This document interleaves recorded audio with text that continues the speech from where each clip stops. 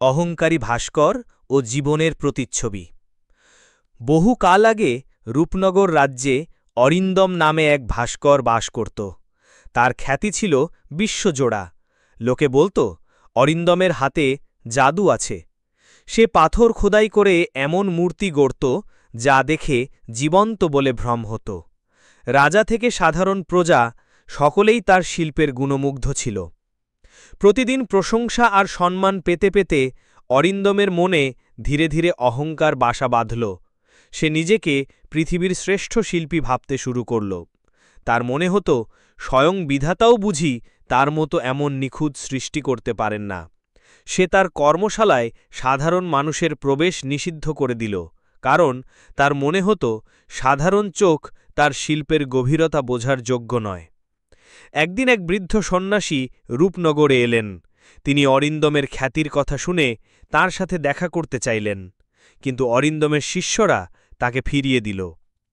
অহংকারী অরিন্দম বার্তা পাঠাল, আমার সাথে দেখা করার যোগ্যতা অর্জন করে আসতে বলুন। কথাটা সন্ন্যাসীর কানে পৌঁছলে তিনি মুচকি হাসলেন। পরদিন তিনি রাজদরবারে গেলেন এবং রাজার কাছে অরিন্দমকে একটি প্রতিযোগিতার জন্য আহ্বান জানালেন। খবর পেয়ে অরিন্দম অহংকারের সাথে বলল, এই বৃদ্ধ আমার সাথে প্রতিযোগিতা করবে? এ তো আমার অপমান। তবুও রাজার আদেশে সে রাজি হল। প্রতিযোগিতার বিষয় ছিল জীবনের সবচেয়ে সুন্দর প্রতিচ্ছবি তৈরি করতে হবে। অরিন্দম তার সমস্ত দক্ষতা দিয়ে কাজ শুরু করল। সে সবচেয়ে দামি শ্বেতপাথর আনালো এবং এক অপরূপা দেবীর মূর্তি গড়তে লাগল। দিনের পর দিন, রাতের পর রাত সে কাজ করে গেল। তার ছেনি আর হাতুড়ির আঘাতে পাথর থেকে ফুটে উঠল এক নিখুঁত লাবণ্যময় মূর্তি। তার মুখের হাসি, চোখের চাহনি, শরীরের প্রতিটি ভাঁজ সবই ছিল নিখুঁত। মূর্তিটি তৈরি শেষ হলে অরিন্দম সদর্পে বলল, এর চেয়ে সুন্দর সৃষ্টি ত্রিভুবনে আর কিছু হতে পারে না। অন্যদিকে সেই বৃদ্ধ সন্ন্যাসী কিছুই গড়লেন না। তিনি শুধু রাজ্যের বিভিন্ন প্রান্তে ঘুরে বেড়ালেন, মানুষের সাথে কথা বললেন এবং একটি ছোট্ট মাটির পাত্রে কিছু জল সংগ্রহ করলেন। প্রতিযোগিতার দিনে রাজসভার লোকে লোকারণ্য। অরিন্দম তার বানানো মূর্তিটি সবার সামনে আনল। মূর্তির সৌন্দর্য দেখে সবাই স্তব্ধ হয়ে গেল। রাজা মুগ্ধ হয়ে বললেন, অরিন্দম, তুমি সত্যিই জাদুকর। তোমার শিল্প অমর। অরিন্দম অহংকারে মাথা উঁচু করে সন্ন্যাসীর দিকে তাকিয়ে ব্যঙ্গের হাসি হাসল। এবার সন্ন্যাসীর পালা। তিনি শান্তভাবে এগিয়ে এলেন এবং তার হাতের মাটির পাত্রটি সবার সামনে রাখলেন। পাত্রের মধ্যে ছিল টলটলে পরিষ্কার জল। সেই জলে রাজসভার সবার প্রতিবিম্ব ভাসছিল। রাজার চিন্তিত মুখ, রানীর মুগ্ধ চোখ, শিশুদের চঞ্চল মুখ আর অরিন্দমের অহংকারী প্রতিচ্ছবি। অরিন্দম হেসে বলল, এটাই আপনার শিল্প? এক বাটি জল? সন্ন্যাসী মৃদু হেসে বললেন, ভাস্কর, তোমার মূর্তি নিঃসন্দেহে সুন্দর, কিন্তু তা প্রাণহীন, স্থির। ওটা পাথরের এক সুন্দর রূপ মাত্র।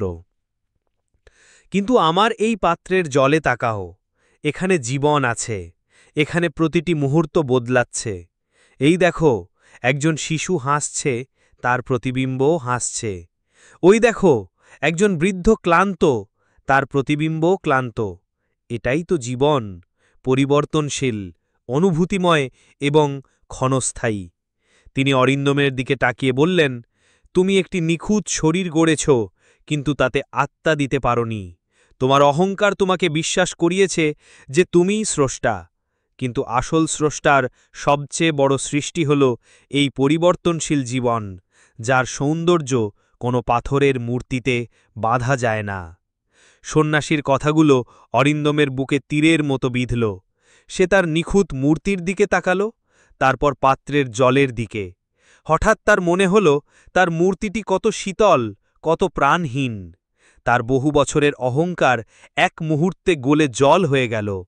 সে বুঝতে পারল, প্রকৃত শিল্প শুধু নিখুঁত গড়নে নয়, বরং জীবনের অনুভূতিকে ধারণ করার মধ্যেই নিহিত।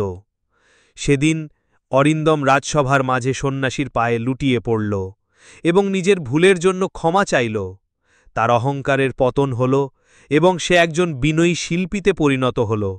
এরপর থেকে তার শিল্পে শুধু নিখুঁত রূপ নয়, জীবনের গল্প ও মানুষের আবেগও ফুটে উঠতে লাগল। গল্পের শিক্ষা: অহংকার মানুষের জ্ঞান ও দৃষ্টিকে সীমাবদ্ধ করে দেয়। প্রকৃত মহত্ব নিখুঁত সৃষ্টিতে নয়, বরং সৃষ্টির পেছনের অনুভূতি ও বিনয়ের মধ্যে লুকিয়ে থাকে।